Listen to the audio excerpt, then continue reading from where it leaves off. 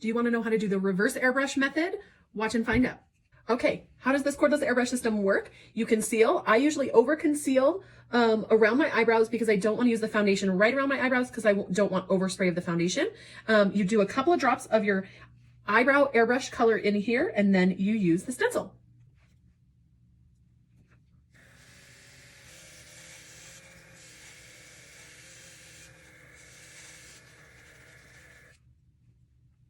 Then you clean up any overspray. And you're going to clean off your stencil and clean out any extra product. So you can wipe with a tissue and then either rinse with warm water or the cleaning solution that it comes with. Then you're going to dry out the airbrush by making sure that all the water is out and use a towel to clean up the top.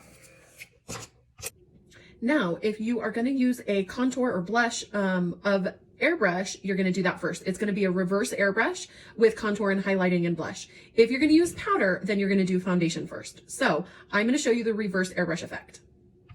Depending on how dark you are, you don't need very much. Add maybe 3 drops of color. Then you're going to contour anything outside of your eyebrow line here. You can contour right below on the bottom part of your cheekbone, and you can do the sides of your nose.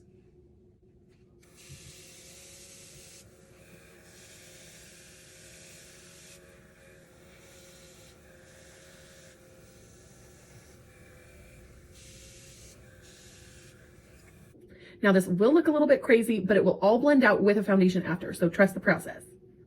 Now you will need to clean it in between again, but remember, because you're using this one tool, instead of waiting weeks and weeks, which I hopefully you don't do with your brushes, but if you do, that's why this makes it so much more sanitary, and there's less irritations with your skin, less breakouts, all of that, because you're using something that's great for your skin, and you're cleaning it in between every single use.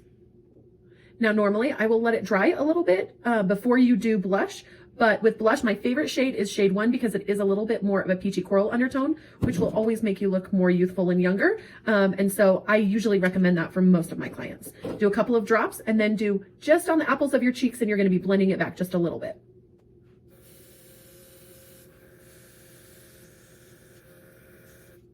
Now you might have noticed when you first apply it, it goes on lighter, but then it dries a little bit darker. So if you can tell that there's a little bit more of a wet mark, that means it's not fully dry, and it will be even darker as it dries. So have no fear, there will be plenty of color there.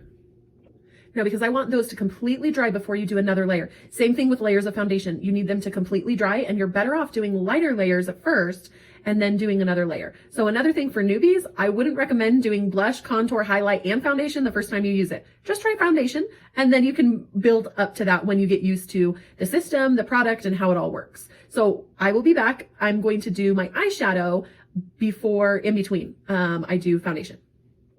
Now I'm going to airbrush the rest of my face.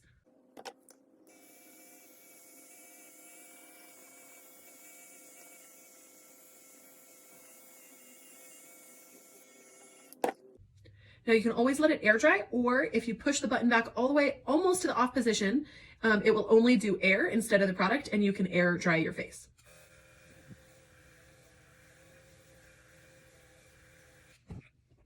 Now, if you have dry skin, leave it as is. You do not need to set it with a powder. I am very oily, and so I like to set mine with a powder.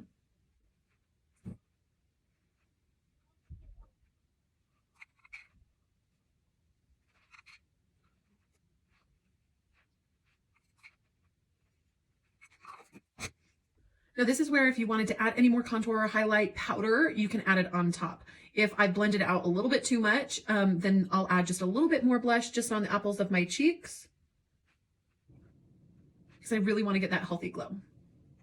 All right, added lips, lashes, and did my hair. And this is how airbrush looks, complete with the reverse airbrush effect. I absolutely love it. And a smoky eye with the bronze halo effect.